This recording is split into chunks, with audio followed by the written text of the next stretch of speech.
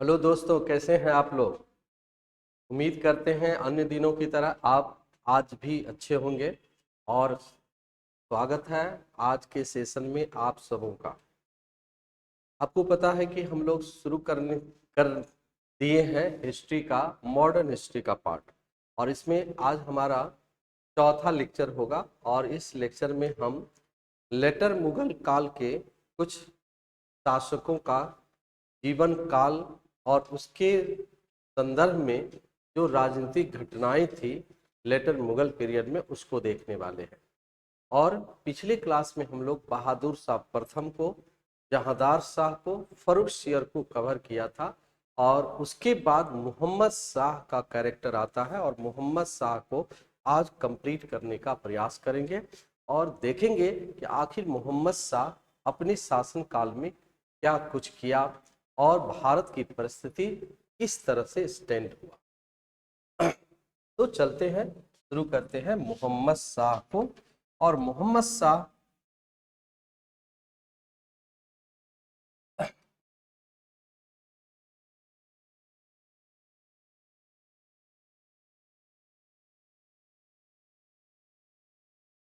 मोहम्मद शाह पता है आपको, ये मोहम्मद शाह बहुत ही रंगीन मिजाज के थे। मोहम्मद शाह का शासनकाल 1719 से 1748 तक रहा। ठीक है। लंबे समय के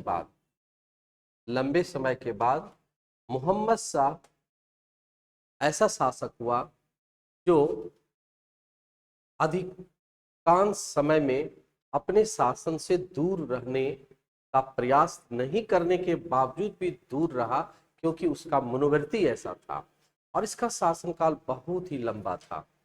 लेटर मुगल काल का जो पॉलिटिकल कंडीशन हमने बताया था, उसमें हमने ये बताया था कि कुछ ऐसे नीति थे औरंगजेब का, जो मुगल साम्राज्य के पतन के लिए रिस्पॉन्सिबल बना, जिम्मेदार बना।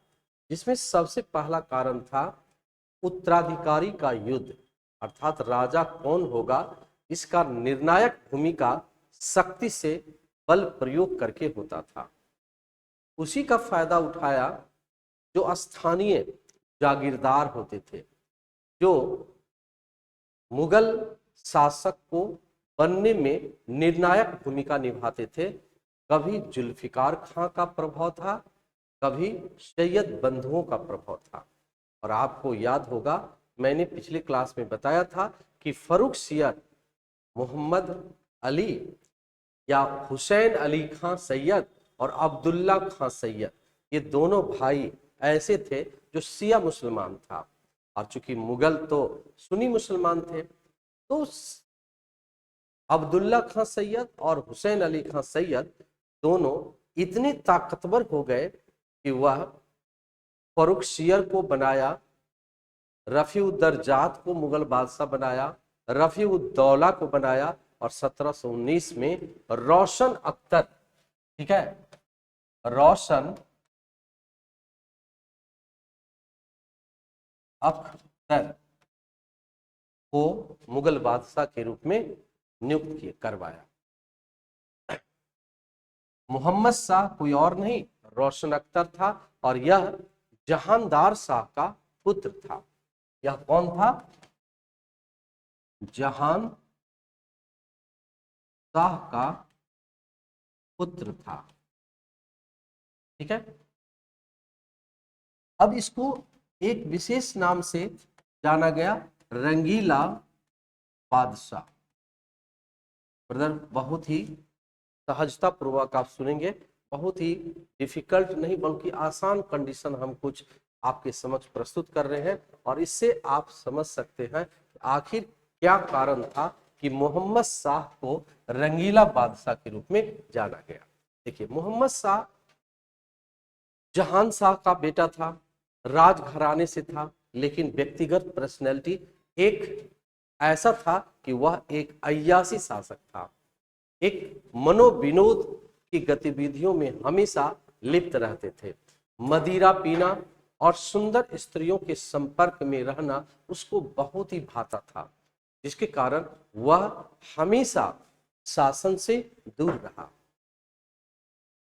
इधर कभी भी वह ये नहीं सोचा कि इसके साम्राज्य का, जैसे फर्रुखसियर में बढ़ता हुआ ब्रिटिश ईस्ट इंडिया कंपनी का प्रभाव, जहांदार शाह के समय में, ठीक है, हस्तक्षेप की नीति, इन सारी बातों को देखते हुए वो कभी इस बातों के लिए एग्रेसिव नहीं रहा कि आखिर एक सफल और एक विकसित मुगल का स्थापना कैसे हो। दूसरी तरफ वह कभी इस बातों को प्रमोट नहीं किया कि मुगल दरबार में योग्य शासक के साथ साथ योग्य प्रशासक भी हो, जिसके कारण इतिहासकारों ने बहुत ही आसान नाम दिया उसको रंगीला। तो रंगीला बादशाह के नाम से जाना गया। अब आता है कि रंगीला बादशाह मोहम्मद शाह खुद तो बन गए सैयद ब्रदर के सहायता से, सैयद बंधुओं के सहायता से, सैयद बंधुओं के सहायता से मुगल बादशाह बना था।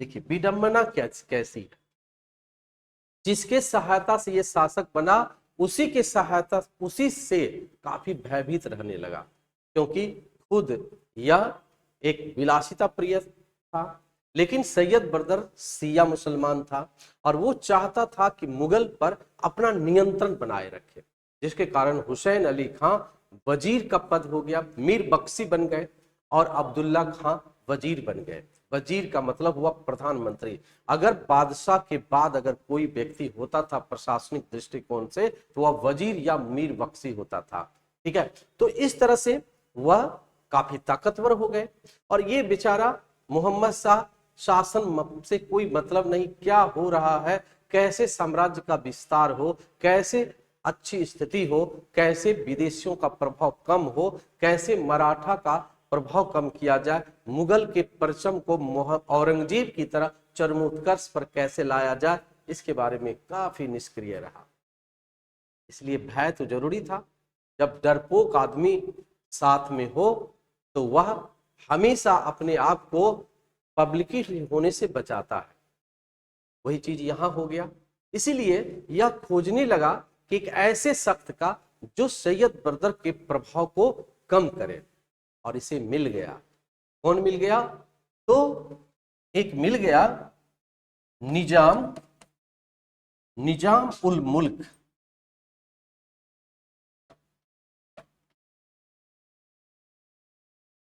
निजाम उल मुल्क मिल गया।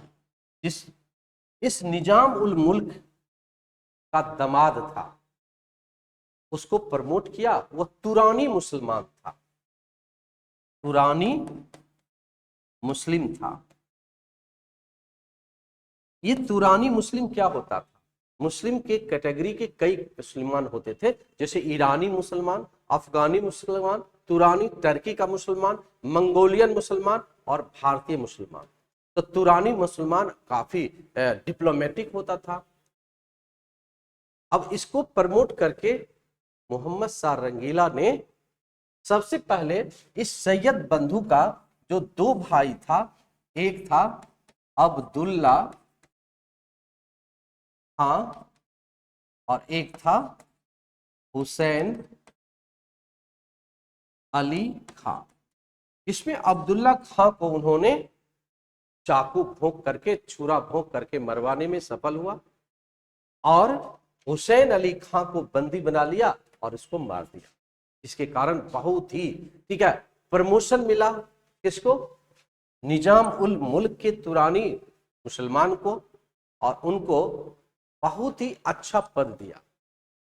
दूसरी तरफ रंगीला बादशाह मोहम्मद शाह को क्या हुआ कि एक प्रभाव से वह मुक्त हो गया, ठीक है। निजाम उल मुल्क का प्रभाव दिन प्रतिदिन बढ़ता गया। वह चाहता था कि वह मुगल साम्राज्य का विस्तार हो, क्योंकि औरंगजेब के काल का था, बहुत ही अनुशासित प्रिय था। एक बात याद रखिएगा कि जब हम लोग अच्छे व्यक्तियों के संपर्क में रहेंगे तो जरूरी है नहीं कि उसके काल में हम अच्छा ही कुछ करेंगे, लेकिन निश्चित तौर पर उसके बाद हम अच्छा करने का जरूर प्रयास करते हैं। इसीलिए जब हम लोग लर्निंग करने का मौका मिलता है तो जिससे हम सीखते हैं उसके सामने हम सीखते ही रह जाते हैं, लेकिन उसके बाद हम अपनी सीखी हुई बातों को इम्प्लीमेंट करते हैं और वैसा ही बनने का प्रयास करते हैं। इसीलिए तो आज हमारे आदर्श पुरुष बन जाते हैं, कभी स्वामी विवेकानंद तो कभी गांधी, कभी नेहरू, कभी मोदी जी भी बन जाते हैं। क्योंकि यह जरूरी नहीं है, यह जरूरी नहीं है कि हम उसी काल में अच्छा करें। तो निजाम उल मुल्क औरंगजेब के काल का था और वह चाहता था अनुशासित जीवन और अनुशासित राजनीतिक प्रतिष्ठा मुगल को मिले, लेकिन मोहम्मद शाह तो विलासिता प्रिय था। ठीक है, वह नहीं चाहते थे कि कुछ सुधार हो, कभी भी ध्यान नहीं दिया। इसीलिए तंग आकर के निजाम उल मुल्क कहां चले गए? दिल्ली छोड़कर। कहां चले गए? दिल्ली छोड़कर ये चले गए दक्कन। दक्कन चला गया और जब दक्कन गया तो हैदराबाद का वह निजाम बन गया। दक्कन चला गया और हैदराबाद को स्वतंत्र राज्य के रूप में स्थापित किया। देखिए, ये स्वतंत्र राज्य बन गया, हैदराबाद का निजाम, ठीक है, ये स्वतंत्र हो गया, स्वतंत्र बन गया। अब यहां पर हैदराबाद एक अलग राज्य बन गया, दक्कन का सूबेदार बन गया। इधर मोहम्मद शाह रंगीला को और भी रोकने वाला कोई नहीं रहा। दूसरी घटना यह हुई कि एक और राज्य था अवध। अवध, उनके और एक सहायक थे जिसका नाम था सआदत खां। सआदत खां, इसको बुरहान मुल्क कहा गया। बुरहान उल मुल्क। इन्होंने क्या किया? अवध राज्य को स्वतंत्र बना लिया। यानी कि सआदत खां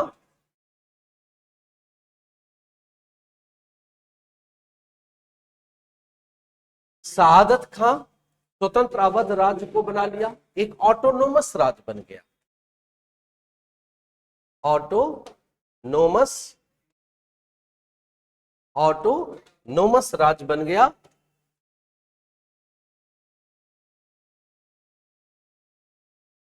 ऑटोनोमस राज्य, जिसको डोमिनियन कहते हैं, ठीक है, उस तरह का राज्य अवध बन गया।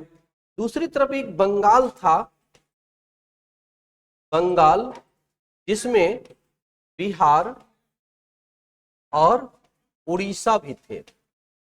ये दोनों राज्य, बंगाल का सूबेदार था, ठीक है, किसके नेतृत्व में? तो मीर बंगाल था उस समय में, बंगाल भी मुगलों के नियंत्रण में नहीं रहा। मोहम्मद शाह रंगीला बंगाल को अपने नियंत्रण में चाहता तो रख सकता था, लेकिन ऐसा कुछ रह नहीं पाया, क्योंकि बंगाल सीधे एक तरह से कह सकते हैं इतना प्रभावहीन हो गया कि वह न चाह करके भी बंगाल को अपने नियंत्रण में नहीं रख पाया, और वह जिसको कहते हैं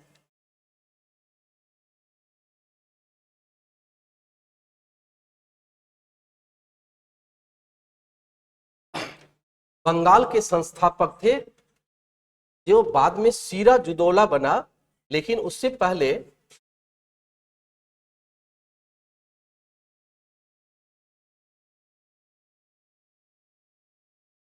बंगाल एक स्वतंत्र राज्य के रूप में मुर्शीद कुली खां के नेतृत्व में बन गया। तो यहां पर एक शासक हुआ मुर्शीद कुली खां।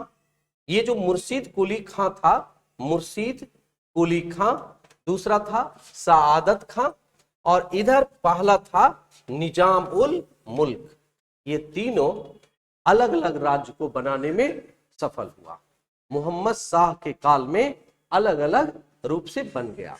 तो एक तरह से कह सकते हैं कि मोहम्मद शाह के काल में निजाम उल मुल्क दक्कन यानी कि हैदराबाद को स्थापित कर लिया।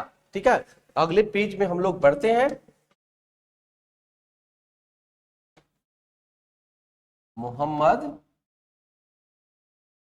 शाह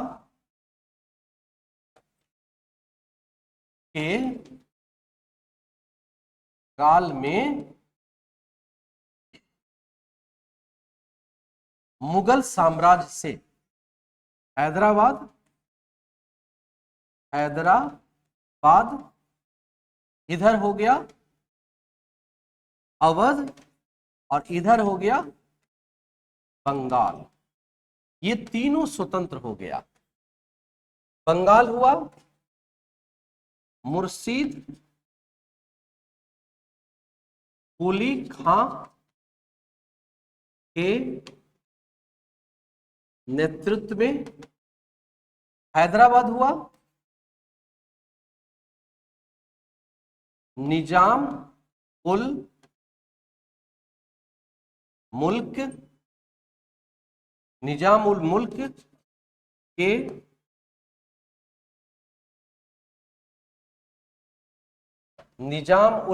के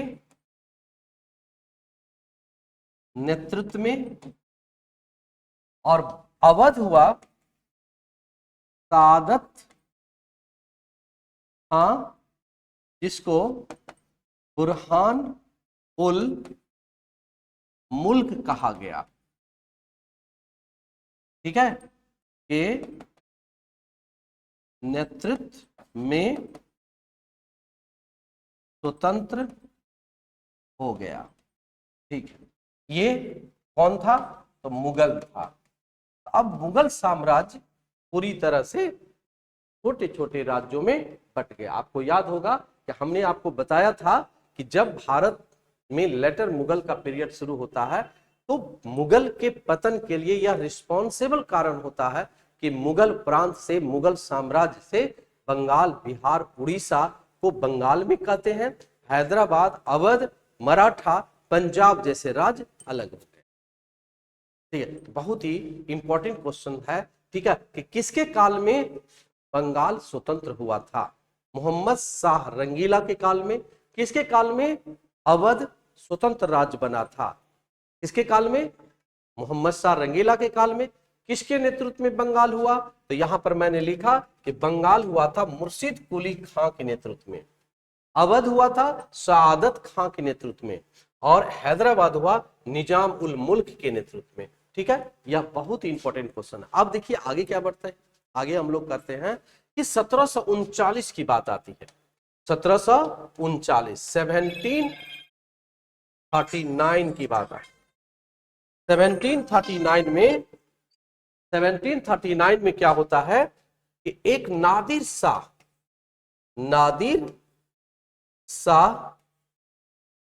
नामक व्यक्ति, इसको हम लोग व्यक्ति कम आक्रमणकारी ज्यादा मानते हैं। नादिर शाह का भारत पर नामक व्यक्ति का भारत पर आक्रमण होता है। नहीं, एक तरह से कह सकते हैं गब्बर सिंह की तरह रामगढ़ में नहीं प्रवेश करता है गब्बर सिंह। तो ये गब्बर सिंह हुआ किसके शासन काल में? मोहम्मद शाह के काल में प्रवेश किया। और यह तो दिल्ली में पूरी तरह से तहस नहस कर दिया। लगभग फरवरी 1739 से लेकर के मार्च 1739 तक इतना कत्लेआम किया नादिर शाह कि 30,000 व्यक्तियों की जानें गई। पूरी दिल्ली में इतना भारी तबाही हुआ कि लगभग दिल्ली की खजाना जो लाल किला में था मुगल का, वो सारा लुटा गया। जितनी भी शाही रियासत के धन संपत्ति थे सबको नादिर शाह लूट लिया। जबरन नादिर शाह हिंदुओं पर अत्याचार किया, यहां के हिंदुओं का कत्ल किया। खाली 20,000 तो सिर्फ हिंदू मारे गए थे।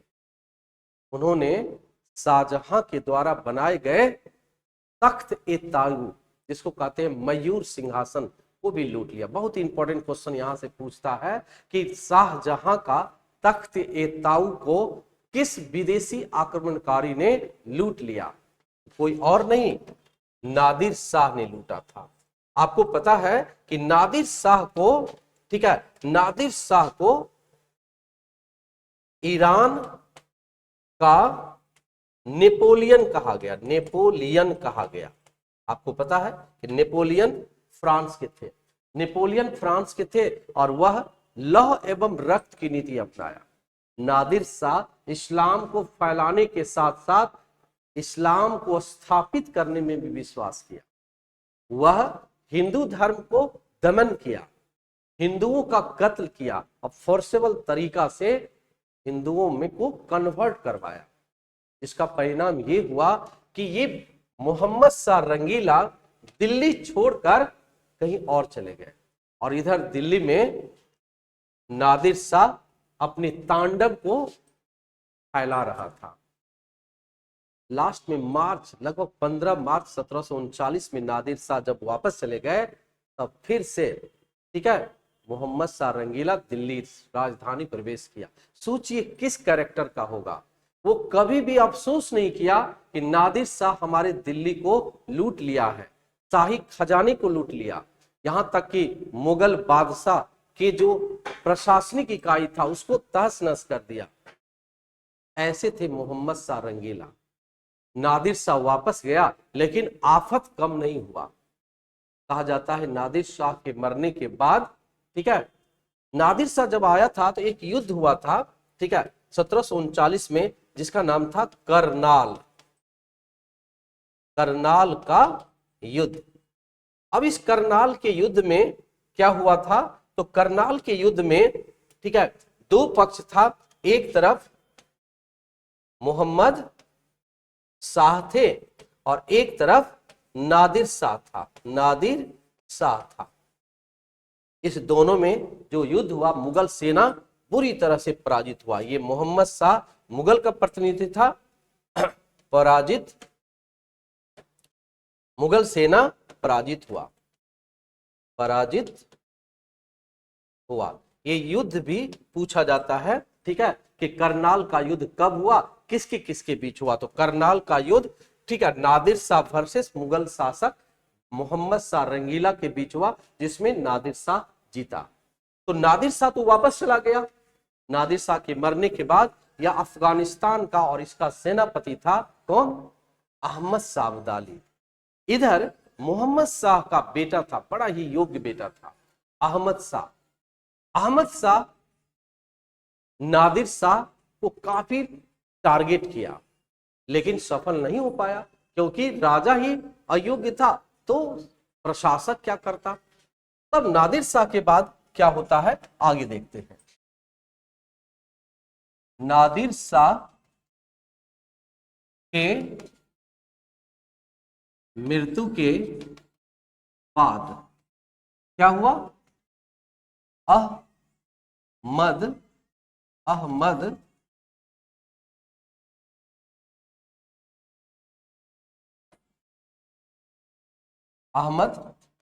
शाह अब्दाली अफगानिस्तान का शासक बना।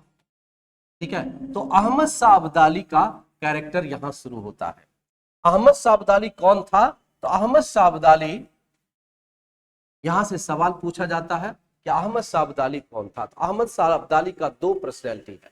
एक तो मैंने लिखा अफगानिस्तान का शासक था, दूसरा लिखा कि अहमद शाह नादिर शाह का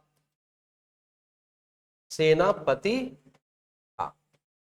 ठीक है, नादिर शाह का सेनापति था। अब इसका अभियान शुरू हुआ और लगभग इसका अभियान जो शुरू हुआ 1748 से लेकर के लगातार 1761 तक नादिर शाह के बाद अहमद शाह का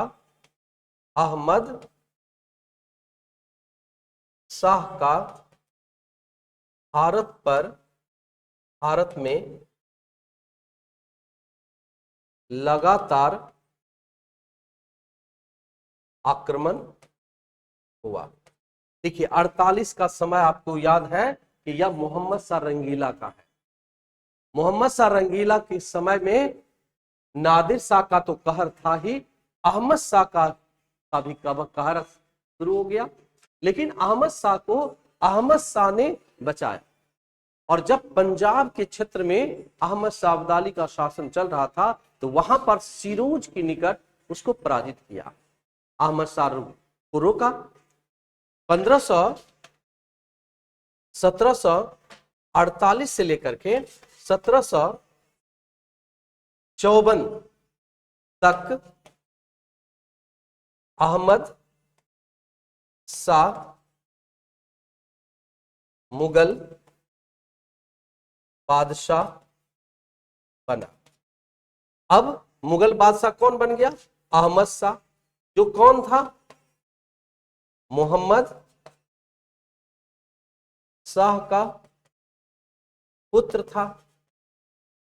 मोहम्मद शाह का पुत्र था। और मोहम्मद शाह के पुत्र के समय जब अहमद शाह अब्दाली भारत पर आक्रमण किया तो अहमद शाह ने अब्दाली को पराजित किया, उसको नियंत्रित कर दिया। लेकिन इसका शासनकाल देख रहे हैं काफी कम समय तक रहा, 48 से 54 तक। 54 में फिर सत्ता परिवर्तन हुआ और 1754 से 1759 के बीच बना कौन? आलमगीर।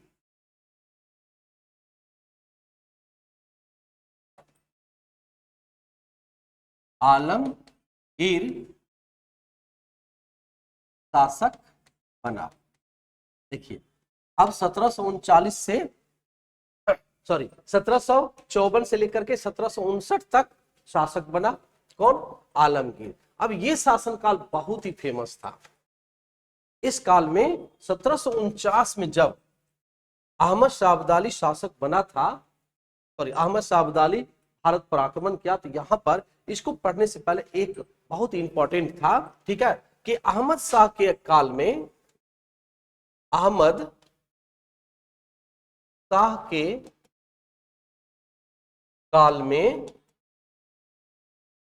अहमद शाह अब्दाली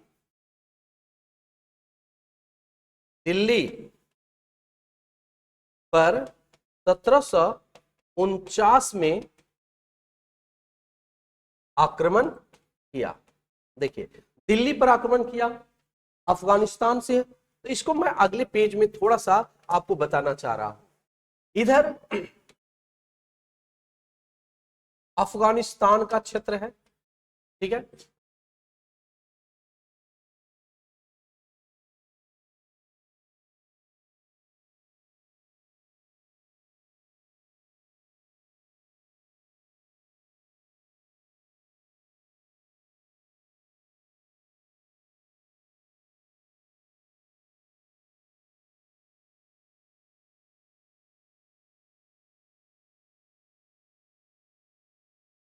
देखिए ये अफगानिस्तान है, ये पाकिस्तान है और ये भारत है।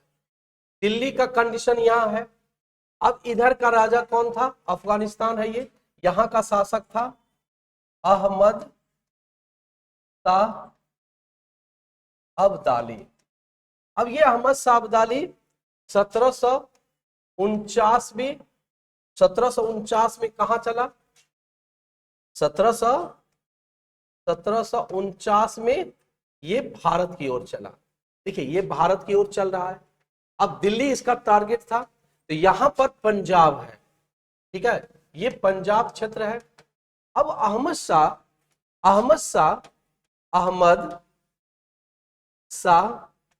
ने अब्दाली को पंजाब और मुल्तान का प्रांत देकर दिल्ली आने से रोका। मैंने यहां पर बहुत ही इंपॉर्टेंट पॉइंट को लिख रहा हूं। देखिए, अफगानिस्तान से अहमद शाह अब्दाली दिल्ली की ओर चला 1749 में। अब दिल्ली जो है, ये दिल्ली जो है ये राजधानी है, इसको नादिर शाह लूट चुका था। यहां पर अहमद शाह शासित था।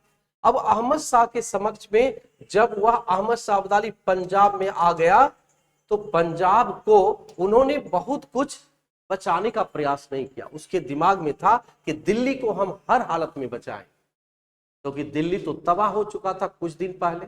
इसीलिए बादशाह अहमद शाह ने अहमद शाह अब्दाली को यहां का क्षेत्र दे दिया, कह दिया कि यह हम आपको दे रहे हैं। परिणाम क्या हुआ कि अहमद शाह इस दिल्ली को आने के बजाय पंजाब और मुल्तान में अपना राज्य को स्थापित किया या लूटपाट किया। तो ये बहुत ही इंपॉर्टेंट घटना थी कि अहमद शाह ने दिल्ली को बचाने के लिए अहमद शाह अब्दाली को मुल्तान और पंजाब का प्रांत भेंट कर दिया। भले कुछ इतिहासकारों का कहना है कि उसी के निकट अहमद शाह अब्दाली को अहमद शाह ने पराजित किया, लेकिन अहमद शाह अब्दाली दिल्ली आया जरूर, लेकिन तत्काल वह दिल्ली को छोड़ दिया। अब बात होती है आलमगीर की। ये भारत की बात है, अब आलमगीर की बात है।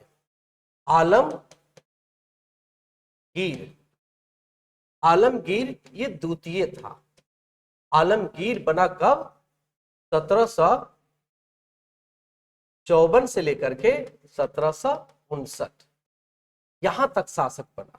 अब देखिए, इस काल में चूंकि बंगाल पहले से अलग हो चुका था, अवध अलग हो चुका था, और दूसरी तरफ हैदराबाद का निजाम भी अलग हो चुका था, और बार बार दिल्ली पर कौन?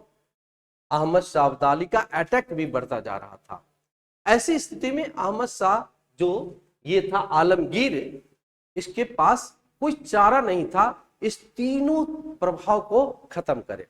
इधर मराठा का भी प्रभाव बहुत तेजी से बढ़ चुका था अहमद शाह के काल में। तो मराठा का प्रभाव जब तेजी से बढ़ चुका था, तो ऐसी स्थिति में मराठा को मदद करना अहमद शाह के लिए मजबूरी हो गया, क्योंकि मराठा को मदद करता तभी वह अहमद शाह अब्दाली से रुक सकता था या बच सकता था।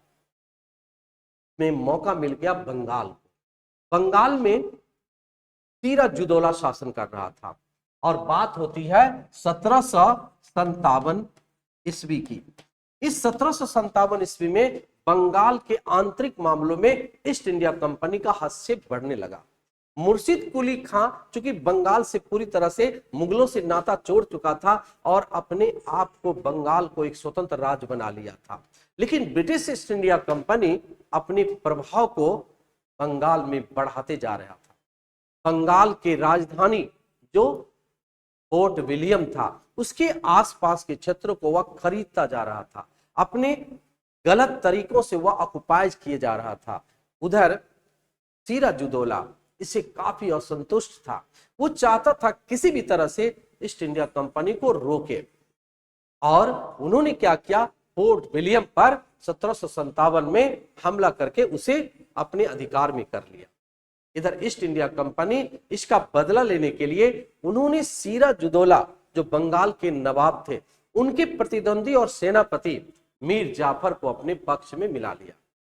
ठीक है, और मीर जाफर को लालच था कि किसी तरह से वो बंगाल का नवाब बन जाए, फिर 1757 में पलासी की लड़ाई हुई और उसमें मीर जाफर के हस्तक्षेप के कारण, मीर जाफर के डायरेक्ट मतलब सिराजुद्दौला को मदद नहीं करने के कारण पूरी तरह से ईस्ट इंडिया कंपनी के हाथों सिराजुद्दौला हार जाता है। और ये हार भारत के इतिहास में एक नया पन्ना, नया अध्याय जोड़ता है, जहां पर ईस्ट इंडिया कंपनी का डायरेक्ट भारत के किसी न किसी प्रांत में अपना डायरेक्ट व्यापारिक प्रतिनिधि के साथ साथ राजनीतिक इकाई भी सेटअप होता है। तो यहां पर मैं इस पॉइंट को कवर कर रहा हूं। में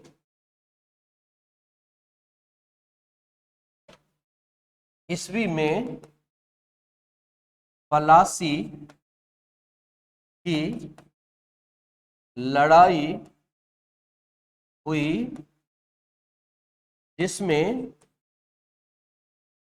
British East India Company Bengal के नवाब